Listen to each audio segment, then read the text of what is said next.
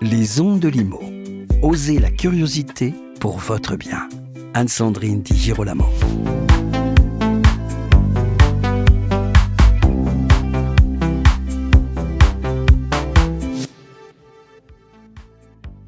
Le courtier en prêt est souvent l'arme secrète qui transforme un non en un pas encore et un pas encore en c'est signé. C'est ce que m'a confié Maxime Fiodo, qui est directeur commercial et des opérations chez Finance Conseil. Il est avec moi aujourd'hui pour partager avec nous son expérience du terrain et répondre à quelques questions. À quoi sert un courtier et que pourra faire un courtier pour vous qui peut-être envisagez de faire une demande de prêt. Bonjour Maxime. Bonjour Anne-Sandrine. Quelle est votre conception du métier de courtier ? Je crois que ça, c'est important de dire les choses tout de suite.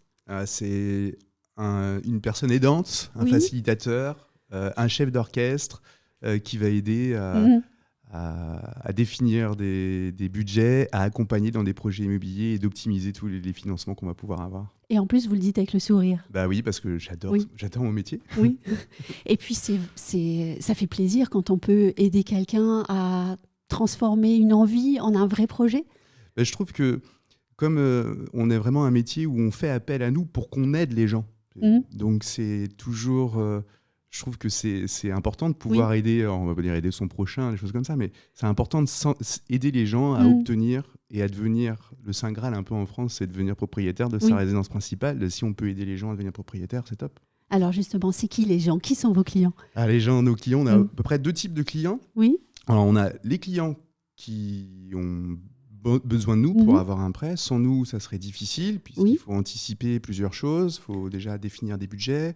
Il faut anticiper parfois des problématiques de gestion de compte, une épargne qui n'est pas mise de côté, ce qu'on appelle souvent le saut de charge. Il faut que je puisse prouver que demain, je sois dans la capacité de pouvoir régler ma mensualité. Je paye 500 € aujourd'hui, demain je paye 800. Est-ce que je mets bien mes 300 € de côté ? C'est la base, mais la base, c'est vraiment quelque chose de très important. C'est la première chose qu'on regarde dans un dossier. En tout cas, nos partenaires bancaires, c'est ce qu'ils regardent tout de suite. Et donc, vous les accompagnez à monter leur dossier. C'est un processus plus ou moins long. C'est ça, à défendre leur dossier. Parfois, il faut du temps, plusieurs mois.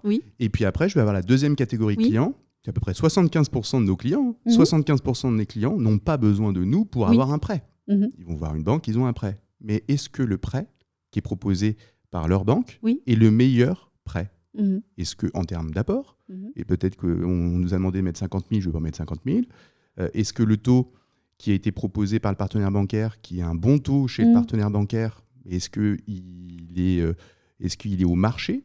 Peut-être que j'ai un autre partenaire qui souhaite capter, qui est dans une stratégie de capter des nouveaux clients, et donc pour le coup proposer des taux plus bas, avec des coûts d'assurance plus basses.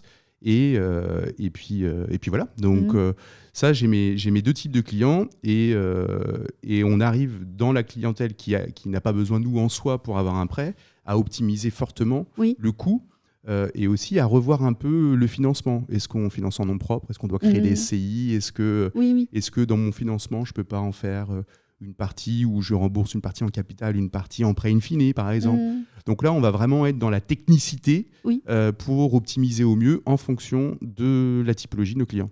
Et est-ce que vous accompagnez Alors, je reprends un autre vocabulaire pour le coup qui est peut-être plus usé, plus utilisé dans l'immobilier. Primo-accédant, secondo-accédant, investisseur locatif. C'est une autre manière de voir les choses. Oui, on va accompagner dans ces 2 profils clients que j'indiquais juste avant. J'ai de tout. Je vais avoir des propriétaires qui veulent devenir propriétaires de leur résidence principale, qui veulent acheter un locatif, pardon. Je vais avoir des primo-accédants, mais vraiment des vrais primo-accédants, des personnes qui n'ont jamais été propriétaires de leur résidence principale. Et donc là, on va accompagner toute typologie. Je peux avoir aussi des personnes, ça c'est important, en banque, il faut faire parfois les choses un peu dans l'ordre. Ce que je comprends totalement. D'abord, je deviens propriétaire de ma résidence principale, ensuite je deviens propriétaire de mon locatif. Mais j'ai des personnes qui ne veulent jamais devenir propriétaire de leur résidence principale. J'habite à Nantes, dans le centre-ville, à Paris, à Marseille, j'aime bien ça, mais je n'ai pas les moyens d'acheter. Donc, je vais acheter un locatif pour pouvoir me faire un capital immobilier, un patrimoine immobilier. Et ça, il faut qu'on le défende. Parce que si on y va brut comme ça... c'est pas logique. Et puis dans la banque dans laquelle je suis, peut-être que c'est... non, la règle, c'est pas ça. Donc, faut faire ça. Donc, on sort démotivé de son rendez-vous. Mais c'est normal. Dans cette banque-là, c'est comme ça. C'est la règle. Donc, il faut la respecter. Mais c'est pas comme ça partout. Et oui. Alors justement, ce qu'on vient de dire là, ça met en valeur le travail du courtier. C'est ça. C'est quoi?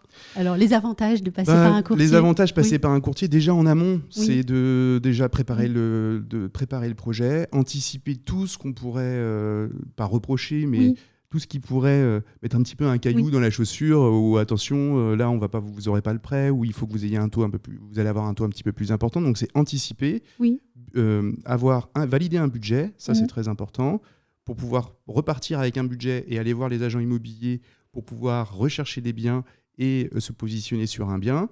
Et ensuite, c'est que nous, une fois que le bien a été trouvé et que le client nous mandate, c'est d'aller obtenir le financement auprès de partenaires bancaires et d'avoir le financement le plus optimisé. Aller voir la banque des clients ou les banques des clients et parfois d'autres établissements bancaires en fonction du marché. Je sais qu'il y a certaines banques qui ne vont pas financer le prêt relais. Je sais qu'il y a certaines banques qui ne vont pas forcément se positionner sur du prêt à taux zéro. Elles vont y aller, mais en fonction d'une certaine typologie de client. Donc moi, par la connaissance de mon marché, ça me permet de pouvoir aller solliciter les banques.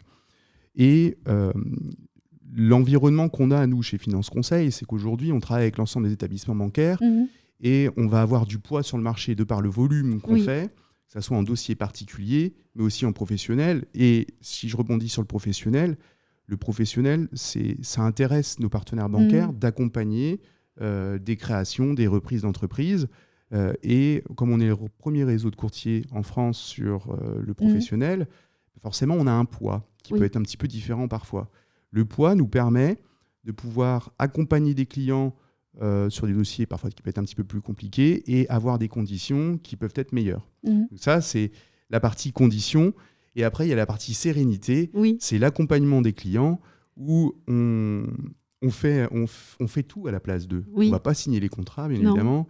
Mais notre job, c'est d'envoyer le dossier et de gérer, d'avoir un accompagnement de A à Z, on va dire même avant l'envoi du dossier, par la définition de budget, jusqu'à la signature de l'acte, en fait. Et d'accompagner, de donner un maximum d'informations à tout le monde. Il en est où votre dossier?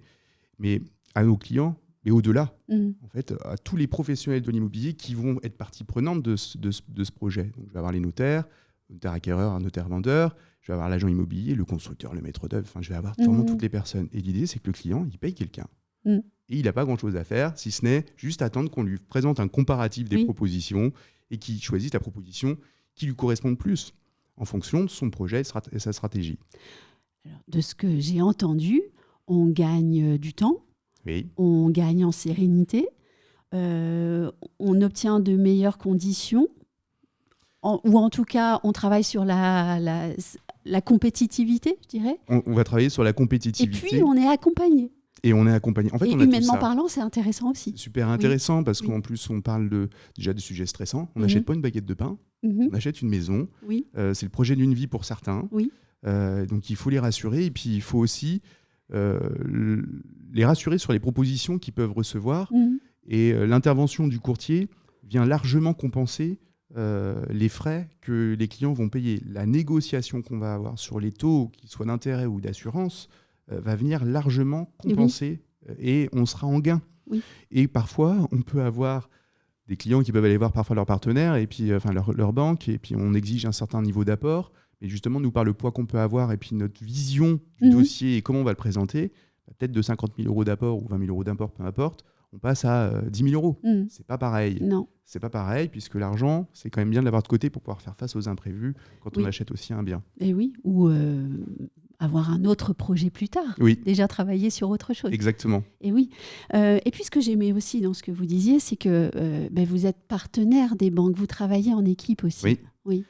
Alors, on travaille en équipe avec eux régulièrement, on fait des points aussi sur comment ils vont appréhender un dossier, comment par exemple telle banque, par exemple j'ai des partenaires, ils vont retenir sur des revenus fonciers 70%, 80%, 90%, 100%. En termes de conditions de taux, ils sont à temps en ce moment, on peut déroger pour telle et telle raison, sur si je veux améliorer la performance énergétique de mon bien par exemple, donc je vais avoir des dérogations de taux.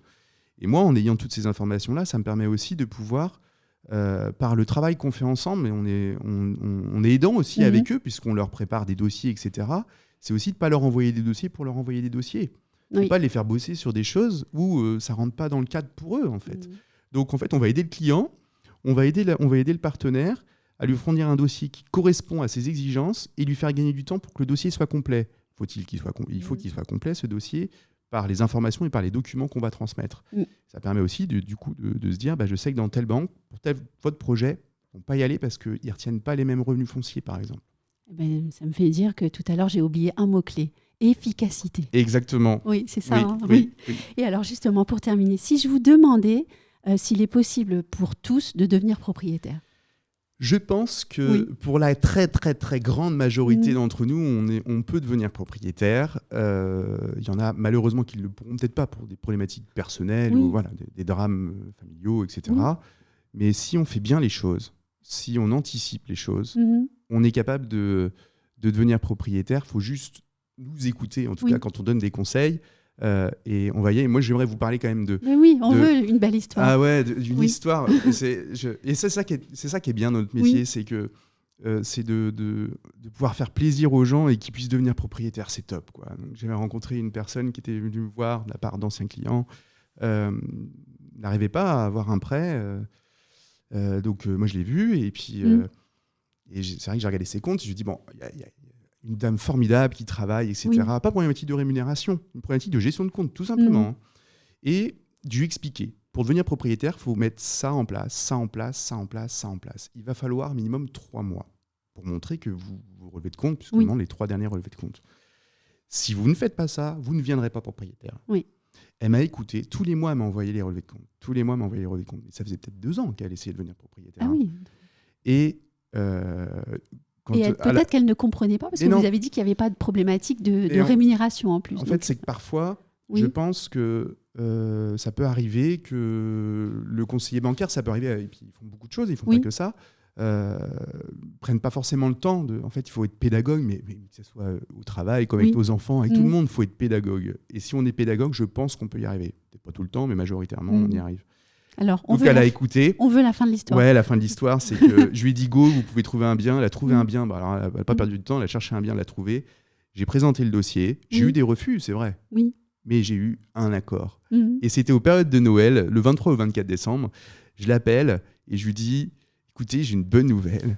Vous allez devenir propriétaire, je vous ai eu votre prêt. Elle s'est mise à pleurer. Moi, j'en avais les larmes aux yeux. Mais c'est une super histoire parce que ça veut dire que si on prend le temps avec les gens, tout le monde, qu'on leur explique comment il faut faire pour devenir propriétaire, il n'y a pas de raison qu'ils ne deviennent pas propriétaires. Il faut juste mettre les choses en place et parfois aussi être patient. Oui, et pour cette dame-là, alors, qu'est-ce qui a changé ? C'était quoi votre conseil ? Parce que vous ne nous l'avez pas dit. Mon conseil ? Oui. En fait, c'était une question de gestion de compte. Alors, je ne peux pas tout dire. Ah, pardon. Mais il y a des choses, des dépenses qu'il y avait sur les comptes qui ne devaient plus avoir ces dépenses-là. Il y avait un niveau d'apport où, en fait, sa banque lui exigeait un niveau d'apport qu'elle ne pouvait pas forcément avoir. Mais il n'y avait pas que sa banque. Il y a d'autres banques. Et c'est vrai qu'elle s'est arrêtée au discours de son banquier, mais qui était un bon discours pour les exigences de sa banque, c'est normal. Moi, je lui dis, mais tout le monde ne raisonne pas comme ça. Tout le monde n'a pas la même approche. Par contre, vos comptes, il y a des choses qui ne vont pas. C'est pas grave. Mais il va falloir faire les choses dans l'ordre. Donc ça, vous allez arrêter. Hein, mais c'est pas beaucoup. Mais c'est beaucoup trop quand même. De 2 euros plus 2 euros plus 2 euros, ça fait un peu de sous. Elle a arrêté, elle a écouté tous ces conseils-là, juste de gestion de compte. Et on y est arrivé. Et ça, c'est top. Je suis hyper content. Oui, et on est content de voir la satisfaction dans votre regard. En plus, c'était une belle histoire d'une veille de Noël, 2 jours avant Noël. Un beau cadeau de Noël. Un beau cadeau de Noël. Merci beaucoup, Maxime, de cet échange, de ces histoires aussi. Et puis, merci à vous qui nous regardez ou qui nous écoutez. Si vous avez aimé cet épisode, likez-le, partagez-le sur les réseaux sociaux. Et on se retrouve très vite pour un nouvel épisode. Retrouvez les Ondes de Limo sur ondedelimo.com, les réseaux sociaux et la newsletter.